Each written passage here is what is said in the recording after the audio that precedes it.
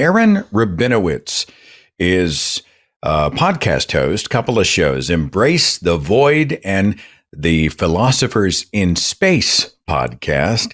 He is a lecturer at Rutgers and contributor for The Skeptic, which is why we're talking today. And you're talking about a concept, a term, which is awesome. In fact, it would also make a great podcast name, high weirdness. Oh, yeah, we got to talk. What the hell is high weirdness, Aaron? High weirdness is the term for the culture that I grew up in without actually knowing it. It's a term used by a guy named Eric Davies, who wrote the book High Weirdness, which is a really excellent book. Highly recommend. I got to chat with him on the show about it. He has a somewhat more sympathetic view to certain aspects of high weirdness than I do, but I think his account of the history of it is really valuable. The term comes from a book, High Weirdness by Mail, A Directory of the Fringe, Mad Prophets, Crackpots, Kooks, and True Visionaries by Reverend Ian Stang. That's all the title. And these are, what we think of today as your collections of a bunch of stories, conspiracy theories, fringe ideas, that we now see kind of spilling out all over the place into the mainstream. Okay, so is he using high weirdness as a pejorative, or does he embrace the weird? Or, help me understand. He definitely embraces the weird. Yeah. Okay. And the reason I really, this article had been kicking around in my head for a while because I felt like more and more the world was built on high weirdness, that it had kind of gone mainstream and I was seeing it everywhere. And then that really popped for me during this election when the keyword became weird. And there was all this discussion about why are the Republicans so weird? And I wanted to sort of explain that they had taken on board all of the worst parts of high weirdness in a lot of ways. There are also issues, I think, on other areas where high weirdness has crept in, but I think the right wing is where we see it being the absolute worst. But Eric Davies doesn't mean weird in the bad way. He means weird in the transgressive sense. So the key sort of philosophical idea of high weirdness is, first of all, a pretty radical skepticism towards the mainstream, towards mainstream narratives, towards mainstream lifestyles, towards mainstream ethics.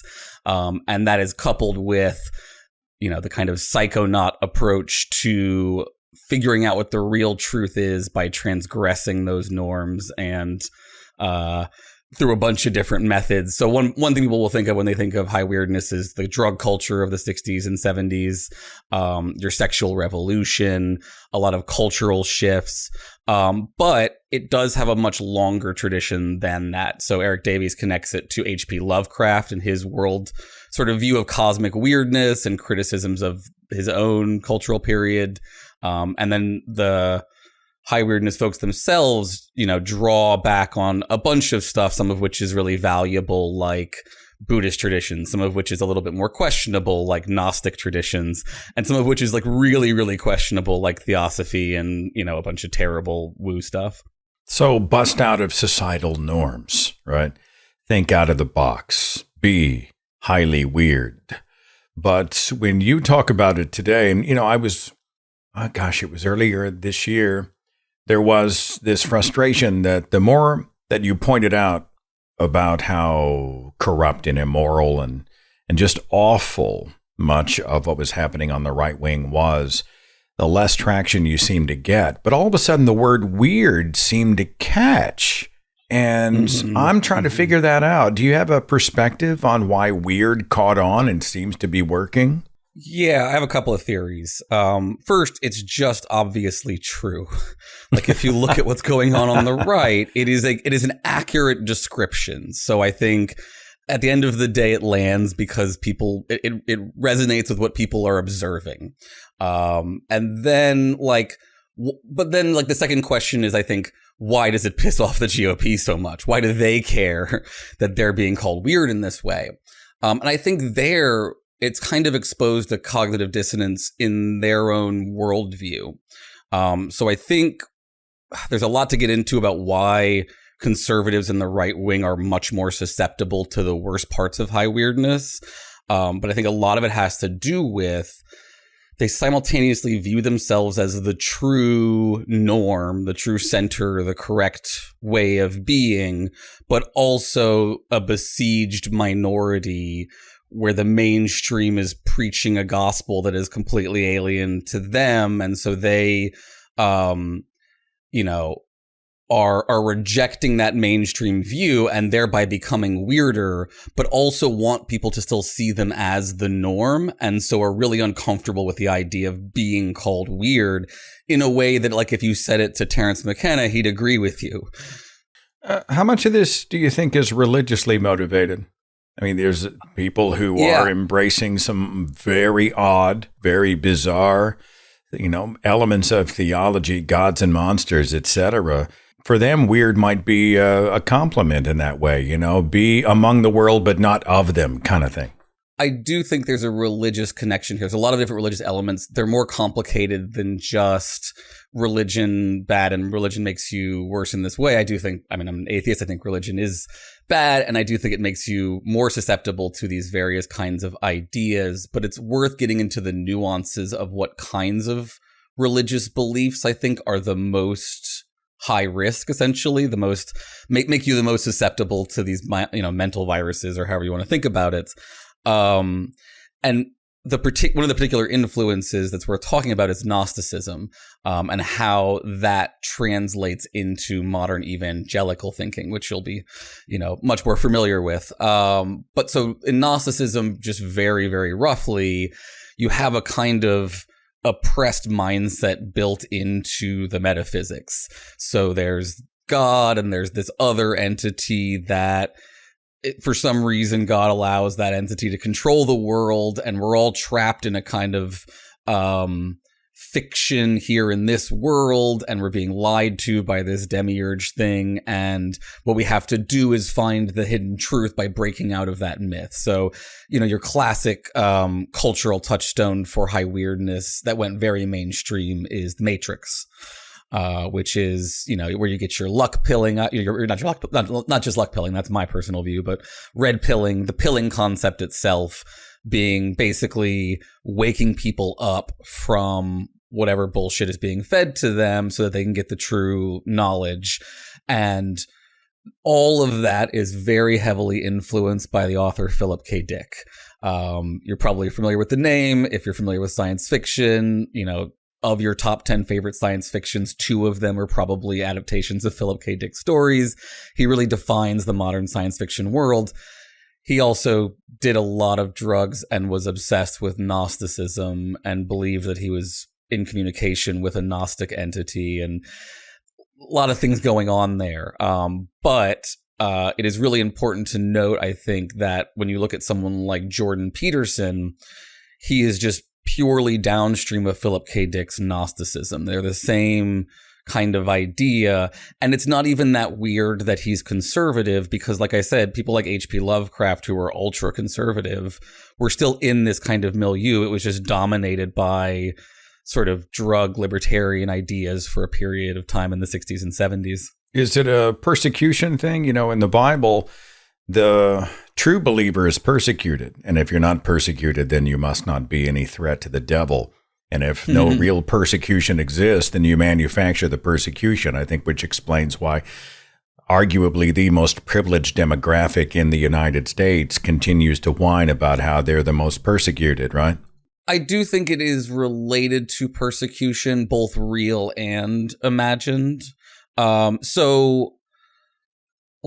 a sense in which there are people who are, who lose out economically because of neoliberal globalization, these sorts of things. Those people are really suffering economically, and they may potentially turn towards these kind of narratives. What I think is central to all human experiences, this is stuff that I do research on, is that we all have this desire or need to believe that the world is just. And if we don't call that out and correct for it, it draws us towards a bunch of legitimizing myths or harmful illusions. I include things like the divine justice view alongside stuff like free will and meritocracy. All of these views help us. Essentially, they're all copes, right? They're ways of us coping with the fact that the world isn't in fact just. high weirdness is another way of dealing with that problem, another way of trying to understand why, despite having access to a bunch of really important kinds of knowledge, our world is still mired in capitalism and like all of these terrible systems. And it's often coupled with a deep hope that there's something beyond this world that counterweights all of what seems to be a bunch of unnecessary suffering. Now, I don't believe there is, despite being raised in high weirdness, but I am sympathetic to the desire. And I think it's important that we provide people with healthy alternatives so they don't end up spiraling into conspiracy theories. Oh, that's awesome. You went after the right wing and capitalism. I look forward to your inbox over the next, I'm sure you catch some of that. You said the word psychonaut. Give me a definition. What are you talking about? What's a psychonaut? Yeah, so psychonaut is like astronauts for your brain or your mind, really. So your Terence McKenna's, your Timothy Leary's, people who, like want to explore what's going on inside of their own heads, and they recognize that their introspective capabilities are fallible. So, one of the key features of skepticism in general is knowing that just because you look inside your head and you think that you're acting for X reason, you may not actually be acting for that reason. You may have a bunch of biases or a bunch of, hidden agendas and things that you lie to yourself about. And so high weirdness is about not only not internalizing the lies from your society, but like weeding out all the lies inside of your own head. So if you think about people doing mushrooms or ayahuasca so that they can, see the truth more, whether that just means, deconstructing their own past traumas so that they're more honest about their feelings, their preferences, their desires. And this stuff like isn't woo, though in some cases it is often translated or used in those kind of ways. But if you look at like research on psychedelics as a treatment for post-traumatic stress disorder, it is, I think, quite valuable for increasing certain kinds of psychological plasticity when you need it to deal with issues like trauma. Okay. So when we deal with concepts like high weirdness, is this something that we can, I hate the word weaponize, let's not use that word, but we can use it as a tool. We can talk about high weirdness as we address this bizarre, strange, often backward culture. Is there a way to sort of turn that on its ear or reflect it back at the culture that's highly weird? What do you think? I do think so. I think like a true high weirdness insight is the first step is often just noticing that something is happening. To give the kind of flavor text example of what high weirdness stuff is like, there's a great book from the high weirdness world called The Illuminatus Trilogy by Robert Shea and Robert Anton Wilson. These are guys who wrote for things like Playboy, but also were at the founding of what we think of as a lot of internet culture. So your modern trolls, your 4chans, etc. A lot of that arises out of things like the Discordian fake internet religion, your Church of the Subgenius, that sort of stuff. So these guys were heavily into Discordianism.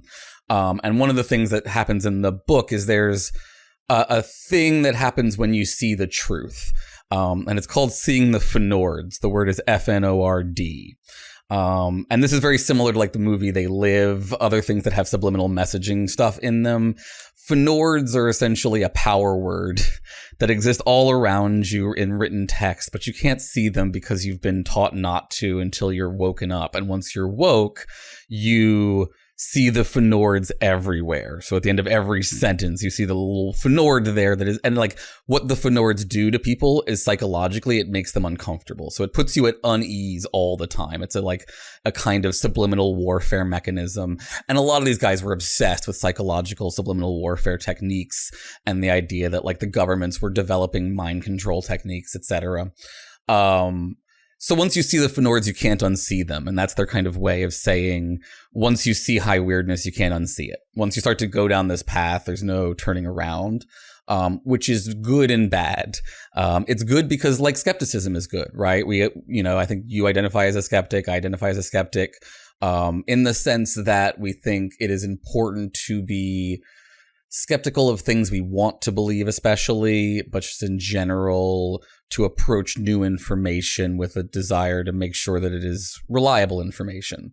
The problem is a lot of times there's no stopping once you start, and people spiral into not trusting anything or not believing anything. They can become potentially more susceptible to conspiracy theories, merely because they've been set on this path of like not trusting authority, which is generally a good thing. So it's, again, this is about how do you help people do this in a healthy way so that they do extend their boundaries of understanding, but not so far they fall off the edge. This sounds like a riff on patternicity or pattern seeking. Even the very intelligent begin to connect dots. Some need to be connected, and then all of a sudden they overcompensate. They're connecting dots that were never meant to be connected. Yep. Would that be fair? Mm-hmm. Yeah. So there's a bunch of cognitive features that humans have that can put you at higher risk for things like conspiracy theories. We're an one of our major evolutionary adaptations is we notice patterns. It allows us to generalize information, to transfer information across different situations. So, for example, I play a lot of video games, and it means that if I pick up a new video game, I'm going to be much faster at figuring out the interface than someone who doesn't, because there's a language that's built up over time and people are used to things. And so you match those patterns much more quickly. So we're trained pattern matchers. We're trained mimics. It's our strongest evolutionary adaptation that we can copy people's behavior very effectively.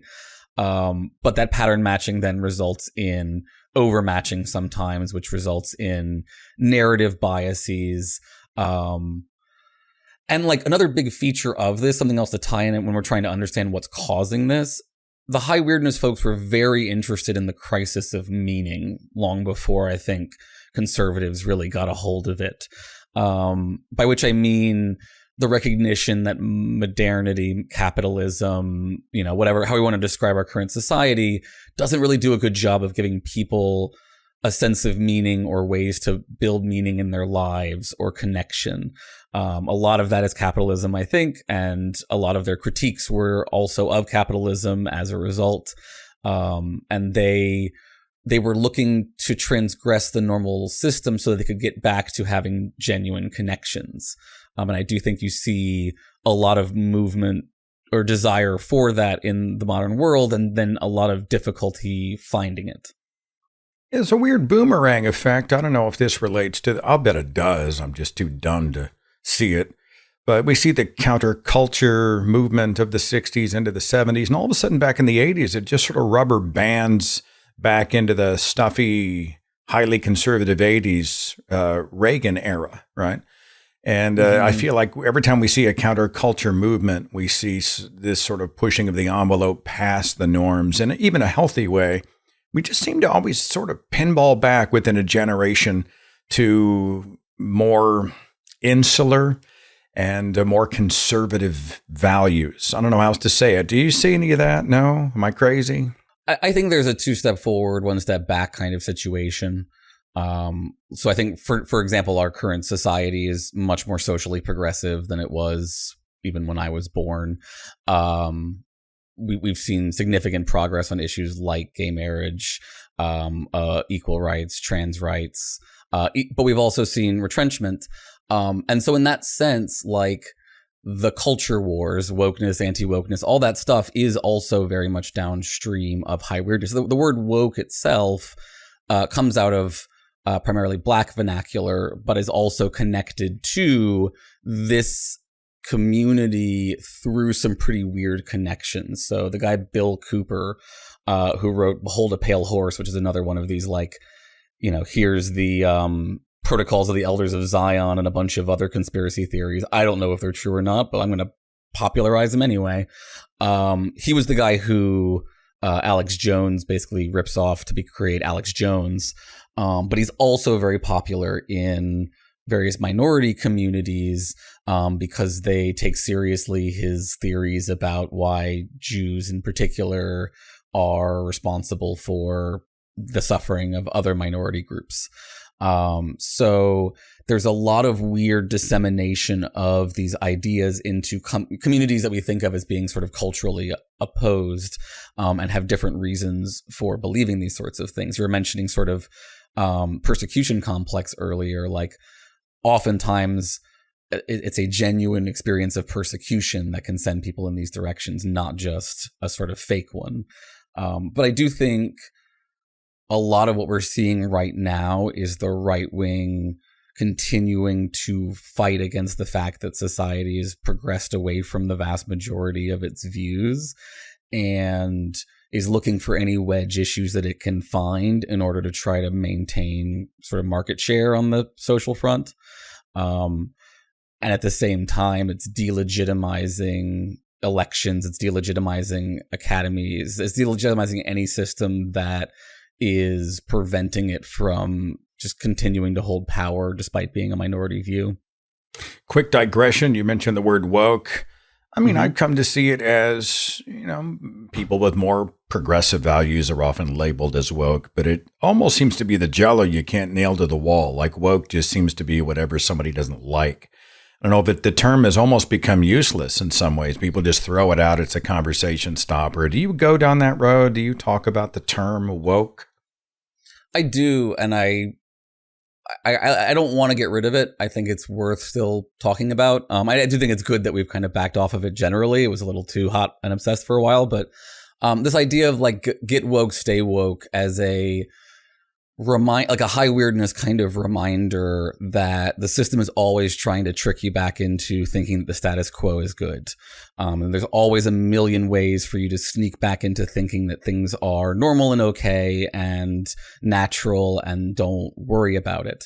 And then I think, like, in the particular woke, anti-woke discourse, it's really interesting to talk about critical social justice, which is, I think, the sort of technical term for what we think of as wokeness, and then to parse the strains of it that I think are good and bad. So I think when a lot of people are critical of wokeness, what they're being critical of is what I would call like retributive wokeness, or cancel culture is the term for this, basically. Essentially, a kind of woke awareness coupled with a desire to harm or punish the people who are often correctly identified as privileged or as benefiting or continuing to promote harm towards others.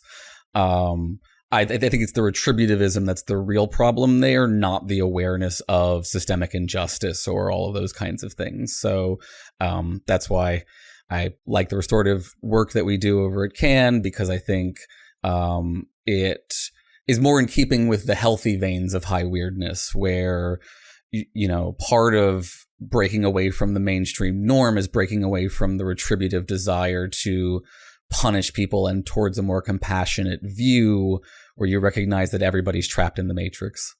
I think, too, there's a difference between what has been called cancel culture and what we often call consequence culture.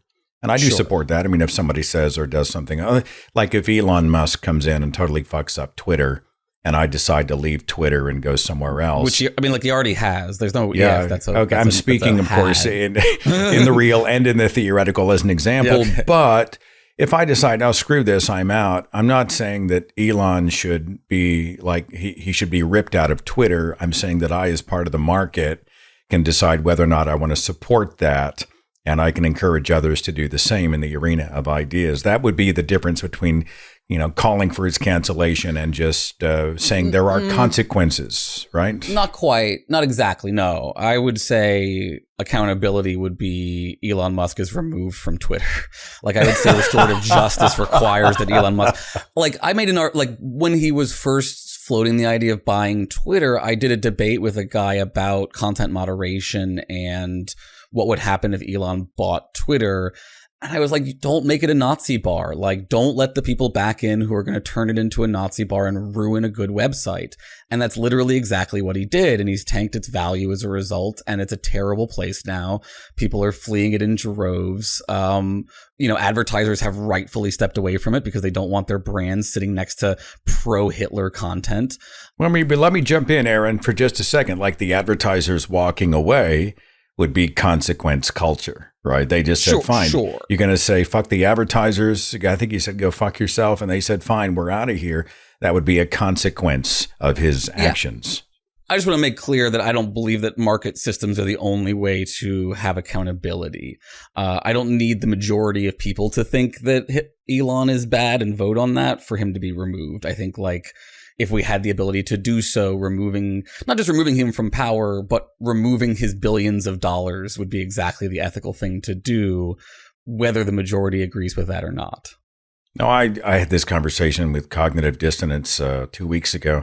And I've come to the point where I just think, I don't think you can be an ethical billionaire. I think you're a hoarder at some point. Yeah, there's no such thing. It's a policy failure. The society that has allowed you to hoard wealth, you owe something back. At some point in a world with so much suffering, you do have a societal responsibility. Tell me what the article is meant to do in The Skeptic, titled, Welcome to the Modern American Right, the World That High Weirdness Built. What's your end zone? You're sounding the alarm, but I mean, what do you want? I want people to understand sort of both how the mainstreaming of high weirdness has infected all of their content. Like, I think it's just valuable content under like cultural knowledge to understand why your world looks the way it looks. So as an educator, just first of all, I just want people to better understand their own world. And I think that this turns a lot of keys and clears a lot of things up. And then like the more narrow concern is, I think it also explains why we're not going to see the GOP right itself in any near future. And I don't really know what the way it writes itself actually is. I've thought that it's been in a death spiral for over a decade, but I don't know how long death spirals last for something in this particular situation. And I think it could do a ton of damage in the meantime. And like the way to understand what's going on there is if you buy hard enough into the idea that the mainstream is bad, you become completely cut off from any information, and you can become, you get that epistemic siloing, and it just is going to escalate and escalate.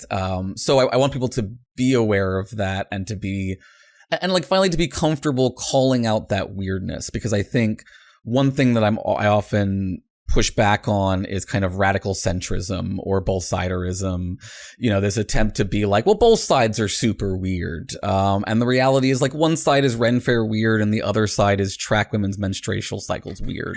Those are different kinds of weird. And one of them is much, much ethically worse than the other one. And my biases are I go to Ren Fairs. I'm not saying they're not full of a bunch of unethical behavior. It's just a different kind. And what's going to happen with the GOP, I think, is it's just going to get weirder, because if they win, they're going to have power, and that's going to be terrifying, and they're going to do things. And if they lose, they're going to be reinforced in their belief that they are a persecuted minority, and the spiral will probably continue. Worried a little bit about violence. Actually, strike Always. that. I'm worried a lot about violence. Culture primed often with religious language, right? They are in God's army. It's going to be Christian jihad. They're heavily armed, more firearms than human beings in the United States. Holy shit, it's a coup. Those evil radical left. And I guess there's no other kind of left, Aaron. They always say radical left. It's never just left. But I worry that they're going to take to the streets. Have you had that conversation? I have. And I think like stochastic terrorism is a genuine concern. There was a little bit of concern around that with the recent attempts to deal with the natural disasters, where there were so many conspiracy theories promoted by people like Elon Musk directly, which led to threats of violence against FEMA aid people. So, I think another January 6th is very likely in the offing. I think like one thing I really want to highlight, though, that I think is really important is, this is an atheist show, so there's a lot of emphasis on the Christian part of white Christian nationalism, but I just cannot hammer home how hard enough the word white matters here, right? It should not be the case that there's a closing in the polls in the final months between an individual who is putting forward normal policies and two people who've been promoting conspiracy-based racial pogroms and genocide for the past several weeks. Like, that should have been disqualifying. The Haitian immigrant stuff, like the grab them, by the pussy stuff, should have just been fundamentally disqualifying. And the fact that it wasn't and has been incorporated, memory hold, treated as if just part of the news cycle should be the most terrifying part of this entire election. And like the fact that the media is going along with that, it just shows how much they want to kind of pretend everything is still normal while the weirdness is just out of control. Oh, the media has failed us. The New York Times, right? The newspaper of record. I've been reading recently their framing of the bizarre stuff that's going on the right. And I'm like, who writes this stuff? It looks almost like a press release. It's the New York Times. I'm sorry. That's a whole other show, Aaron. I will put a link to your article in the description box so everybody can read it in depth. Any final thoughts before we call it as far as high weirdness? Anything you want to leave us with? Like, the hardest part of this is because of places like the New York Times being so terrible, it's reasonable to be suspicious. It's reasonable to believe in some conspiracy. It's reasonable to believe that Trump is conspiring to overthrow a democratic election right now. So there's no easy answers, and demonizing of conspiracy theories itself is not, I think, the right way to go. What I think is important to understand is that fear of persecution can slide all over the place and end up in a far right place, and that's what we're seeing happen here. Writer and educator Aaron Rabinowitz, it's been a joy to talk to you, and thanks for enlightening us on high weirdness, and we will see you out there in the ether, okay? Thanks very much.